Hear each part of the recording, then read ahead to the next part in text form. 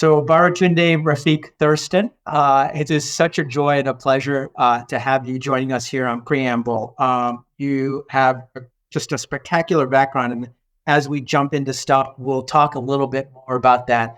But I do want to just start with one thing that I was mentioning before we even started, which is that if people haven't had a chance to listen to your TED Talk, I found it to be one of the most incisive and funny talks that really kind of calls into question so many different pieces, and I just appreciate that. So, honor and thank you so much for joining us today. Thank you for having me. Thank you for doing your homework and watching the assigned videos before our session. Exactly. I did very well in school because I did the homework. So yes. let me just as a teacher's pet myself, I identify with you. Exactly. So, and we can talk Sidwell friends for the next 3 hours if you'd like, but we'll hold that off to the side. Yeah. For a moment. So, but actually, speaking of kind of history and life, is there any like defining moment or moments in your life that inspired you to become the storyteller, really the kind of Emmy-nominated storyteller that you are today? Inspiring moments in life. Yes. My mother giving me a very extreme assignment when I was too young for it, roughly 6th grade, to come up with the system we would live under after democracy and capitalism had failed. That was memorable. That was not chill amongst the list of chores that I was responsible for that week. I did take the trash out. I did not completely restore democracy yet. I'm so sorry. What other memories do I have that set me on this path? A failed stand-up comedy show in Boston where I absolutely bombed in front of like 3 people. And they forced me to dig a little deeper, get a little more personal in what I was sharing on stage. And it helped me find more vulnerable ways to connect with folks, especially from the position of stage, not just peer-to-peer conversation. And so I started to stop lecturing at people, I think that day, because I was humbled by my failure to connect. And what else was it really? And honestly, I worked at The Onion, America's finest news source to this day. And that whole experience really had a profound impact on my thoughts around technology, on the role of satire, on being part of a team, and living in New York City and surviving that experience as well. So let's go back to that first one, because I'm really intrigued. And let me just kind of put my cards on the table. I feel like we're in a moment right now where especially the youngest Americans, youngest generations, are looking at the choices they have in front of them with the upcoming election and going really close to saying, I'm out, right? Yeah. And I spend a lot of time thinking about like, what does I'm out look like if our youngest generation say, I'm not sure that democracy is working for me. So let me turn the tables. Yeah. Like, how did you think about as a 6th grader? How do you think about how to citizen now in this context? Similarly, but with fancier words now. When I was in 6th grade, I remember weeping over the fact of homelessness.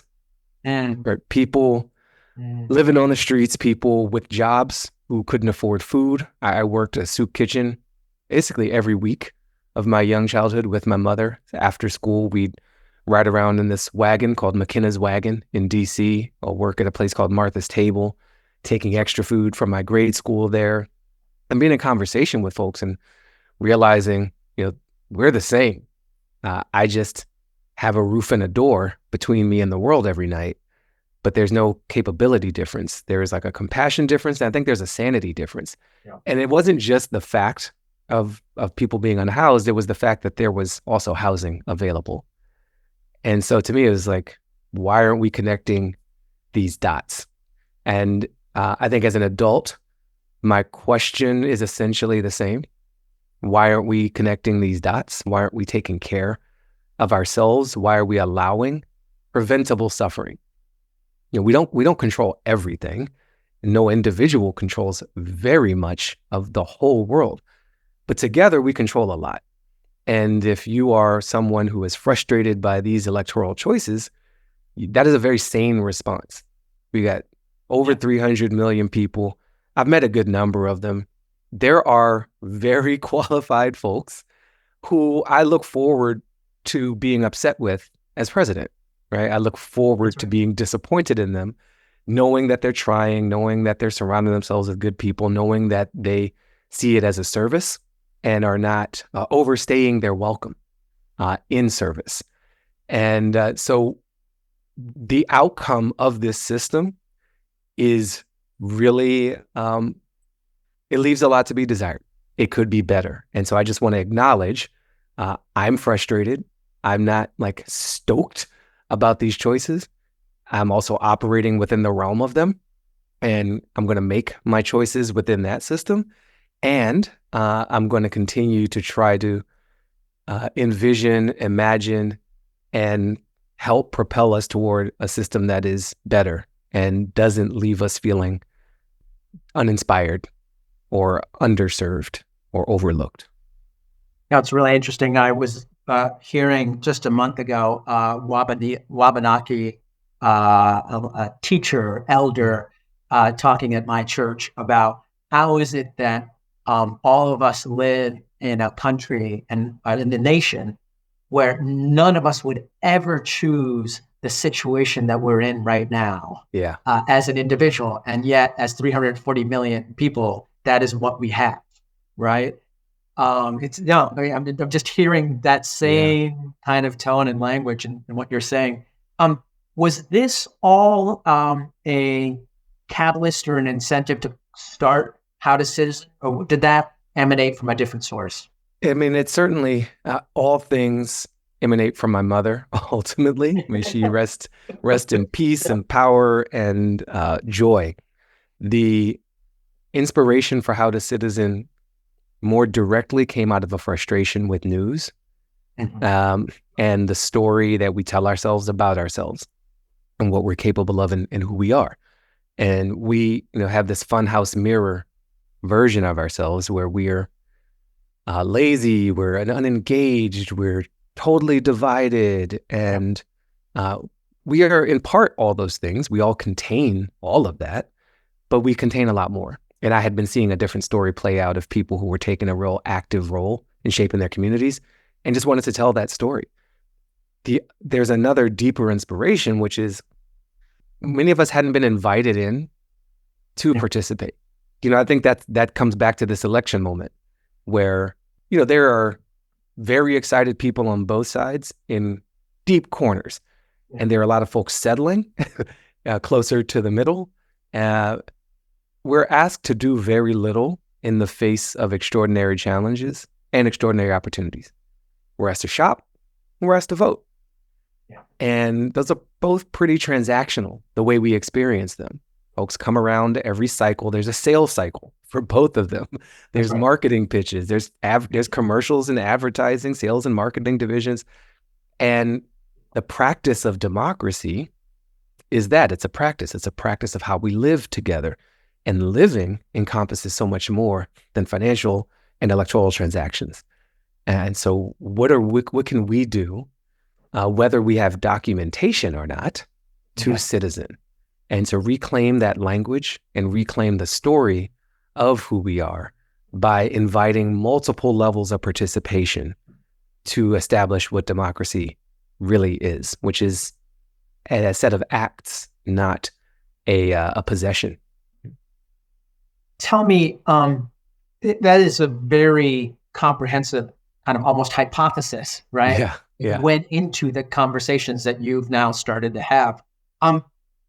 Has that borne true as you're having these conversations? Are you getting affirmation, or has that tweaked over time in certain ways? Yes to both. I found exactly what I was looking for because my science was precise, Raj. Wait, you're talking to a molecular biologist, so I'm going to start calling you on that, right? Any contrary evidence just somehow didn't make it into the final thing. Yeah, I don't know. It's an error in the server or something. It was a set of questions about, what does it mean to citizen if we take it as a verb and not a noun? We found some principles along the way. I think those have withstood a lot of testing. 4 elements. It means showing up.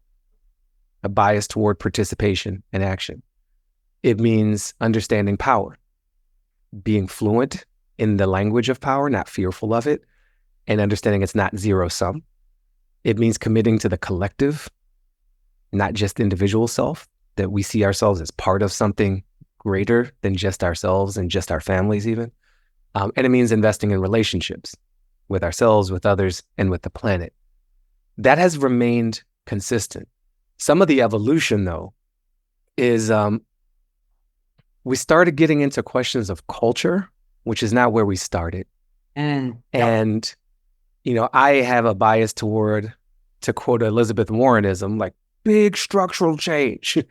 And this journey has really brought me into respect for small, respect for interpersonal, interrelational as a necessary component of big structural change. Yeah. And there's a sort of nature metaphor here that wasn't where we started, but that, our experience of democracy is born of a culture. That culture can be seen as soil, and we must maintain the health of that soil. And like physical soil, we can regenerate it. We can compost. We can, add nutrients to it in a good way, right? Not in a transactional, hyper GMO'd, false additives, poisonous way, which works in the short term. But in the long term, the experience we have grows out of that soil. And so a lot of us are frustrated with the tops of the trees. I don't like that institution. I don't like that decision. I don't like the tenor of that candidate. But those treetops started in the earth, in root systems. Yep. And we affect that culture and that system. So yes, we need some campaign finance reforms and some criminal justice reforms and some, in my view, some Supreme Court reforms, maybe even some constitutional reforms along the way. And maybe how we get to those is in the root system. It's how we're practicing in our homes, in our schools, in our businesses, on our Zooms. And we allow or disallow certain behavior. We incentivize or disincentivize certain behavior. And if we're really shocked by what we're seeing as a result of this system, in part it's because we're not being honest about how we've contributed to that system. Or fail to. Yeah. Or fail to. Yeah. Yeah. So there's it's a real balancing act. It's not a total woo-woo manifestation thing. It's not a bootstraps personal responsibility thing, but it is a shared ownership of the system that we're in. And that gives us, I think, a bit more agency and power to change it if we reorient to the story of it. Yeah, it's interesting you should say that, because the term I use, which I think is consistent with what you said, so call me on this, is we need to change practices, habits, and norms. Yeah. Right? Kind of the way in which we act, the things that we do, our individual interaction, that's what makes up culture. And is so critical. It's interesting. I'm not ascribing this to you, but part of the way in which I think about this is actually from a very well-known conservative philosopher, Edmund Burke, right? Who said, you can only change as you change people's mindsets and the ways in which they engage and so on. You can do all this, kind of woo-woo stuff, to your point, right? But in the end, it's about changing human beings, and that takes time, right? Yeah. It's not the treetops. It's kind of in the soil, and you've got to do that. There's another, maybe I kind of knew this along the way, but a lot of the things that we despise in our current system, we carry some of that within us. Yes. Right. There's a tiny despot in me who I got teeny tiny authoritarian tendencies. You haven't seen me drive, right? Like and so sometimes I will express a level of shock, outrage, disgust, surprise at some behavior and dismiss anyone associated with it as idiotic, unintelligent, totally disconnected, inhuman even. And when I'm really honest, I'm like, okay, I get the attraction, right? Do I succumb to that temptation? That's a different question. But to acknowledge the rationality of the temptation is a really big step, because once we start the path of well, they're nothing like us. That can be a very slippery slope to dehumanization, which sets a different kind of culture and a stage for political violence, which we have seen ratcheting up, not evenly by any stretch, but absolutely ratcheting up. And so I want to tend to that part of me that feels those urges, because I think part of our challenge too is we don't have healthy outlets for this stuff. Yes. And so it comes out sideways. So speaking of healthy outlets, of dehumanization, right? A lot of the work that we're now doing here at CNS is around civil discourse, constructive dialogue, and so on. How do you see that playing a role in all of these efforts? So Priya Parker was on our podcast, Art of Gathering, author, practitioner. And she said something which has stuck with me, which is sometimes talking is not the thing we need to do. We need to do things together, not just discuss things. So, if the problem is the discourse about discourse may not be the solution. And I've had some access to this other way with my public TV show, PBS show, America Outdoors, which put me in direct relationship with a lot of people across this whole massive, also just America's way big. It's so big. It's the purple mountains, amber waves, grain. There's so much grain. Like it's just California to Maine. Yes, right? Ridiculous amounts of territory, and subcultures and sub-ecologies. But to have experiences with each other that's not about the difficulty of being with each other is one way that I have found starts to heal some of this. I also think there is a level of maturity and practice with discomfort that we lack. That a lot of what we're experiencing now are adults having childish tantrums about icky things, about things that hurt, but they haven't been taught how to deal with pain. And so there's a lot of denial and then an immediate counter reaction to inflict pain rather than process it. Why does this hurt? To get specific in the conversation about how we teach history. There's many states who are outlawing literal words, lesson plans, books and curricula under the premise that they make white students feel uncomfortable. First of all of high school was uncomfortable, right? That is a feature, not a bug. If we think our children are so fragile as to not be able to handle truth, discomfort, we are setting them and all of us up for a non-resilient society that will fail, that will collapse. So let's have faith in ourselves and in our kids to be able to deal with difficulty and recover from it. But the suppression and fear and aversion to discomfort, I have to name that. It's not just kumbaya hikes together. We need practice at facing things that make us feel bad without letting that metastasize into behaving badly as a result. That makes so much sense. So talking about practicing discomfort. No, I'm not going there.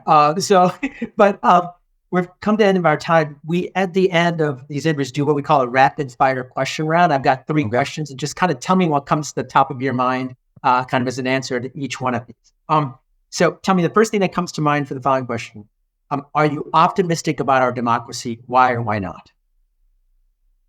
I am optimistic about the democracy we have yet to create because I see indications that something beautiful and new is being born, even as we're letting go of something painful that's clearly not working for a lot of people. Can you share a story about a time that you actively engaged in your local community and what made the experience meaningful to you? I am doing something right now. I'm involved in a steering committee for my city that a neighbor invited me into to help the city think about its future with creativity and themes of technology. And we haven't done anything yet, but it's just really exciting to connect with people around our shared relationship with this place. Yeah. It's validating to be seen as someone who has something to contribute. And it's fascinating to learn the different reasons that people have for showing up and the different gifts that they're showing up with. Beautiful. And lastly, how do you continue to grow your civic knowledge? I stay open to new information. Mhm. A practical and present example is the story of the founding of this country, which until quite recently for me, and I'm very proud of my general knowledge, but I did not understand the depths of this, that the founding fathers, as we refer to them, were heavily guided, mentored, and even cajoled by the indigenous people who were already here into practicing democracy, because the Haudenosaunee Confederacy that existed here was already living it. Mm-hmm. And many of our symbols, our language, our professed values are direct copies and pastes of a pre-existing system. And so the idea that democracy is native to this land and to the people closest to it makes it all the more beautiful an inheritance that we have to steward, and increases the need for us to be in right relationship with those people.